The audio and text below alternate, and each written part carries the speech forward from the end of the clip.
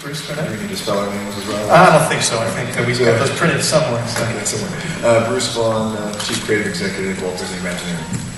I'm Eric Jacobson, responsible for Walt Disney World Resort in Florida.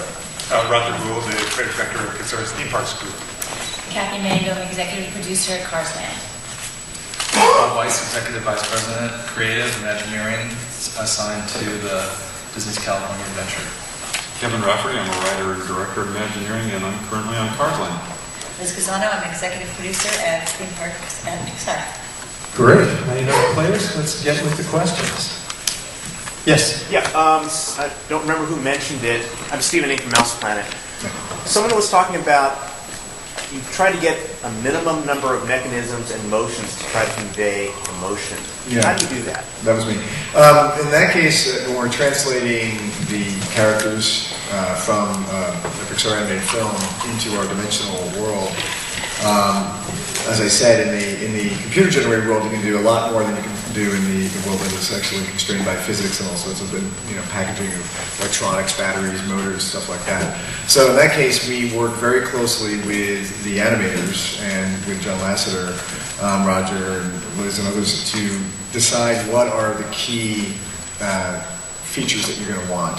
How important for this character is the facial expression, the eye blink, what kind of motion do they have? I think when Matt almost was talking about Rex on the stage and creating that puppet, the fact that when in the movie Rex does this sort of hopping leap, we had to have that. If he just sort of shuffled across the stage, you would immediately, you wouldn't believe that was actually Rex up there. So you really have to be sort of precise in what you can pick and choose. With WALL-E, I think the animated version of WALL-E, the CG animation, has hundreds of what we call functions, which, every little move is a function.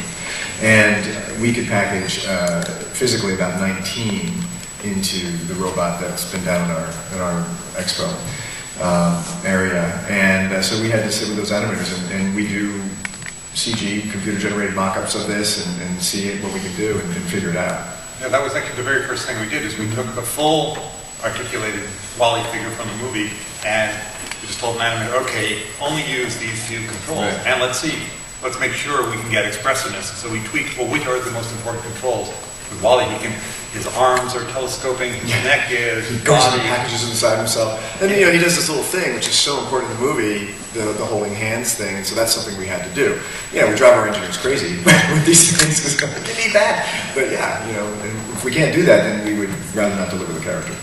And there are probably also movements that are used a couple of times in a 2-hour movie, and when we're with our experience in this character for 5 minutes or less, you don't need to have quite as many extreme functions that you might to sustain the believability for 2 hours. Well, that's another thing too, you have to think about. What is that character doing? If it's in a ride where you're going to be going by it in a scene, if you're going to be repeating the character in different scenes, well, this one is going to be, you might emphasize a certain motion on this scene, but the next scene you don't need that, so you design the character differently. If it's going to be something like WALL-E, where it's this autonomous figure that is meeting and greeting and there with you for an indeterminate amount of time, then you still have to package it differently. Great. Another question for our panel? Yes. Yeah, Leo Holzer, Bay Area News Group. For the people from Pixar especially, what's it like for the animators and the people who've worked on the films to then see, we can't go and talk to Mark Davis and the people who worked on the attractions or, were inspirations for the attractions at Disneyland now. But what is it like for the people at Pixar to see these things come to life in a new way? Well, I think it's huge. I mean, we have such an enthusiastic theme park fan base at Pixar. I mean, it's really great. So people love working on these rides and attractions and shows and musicals.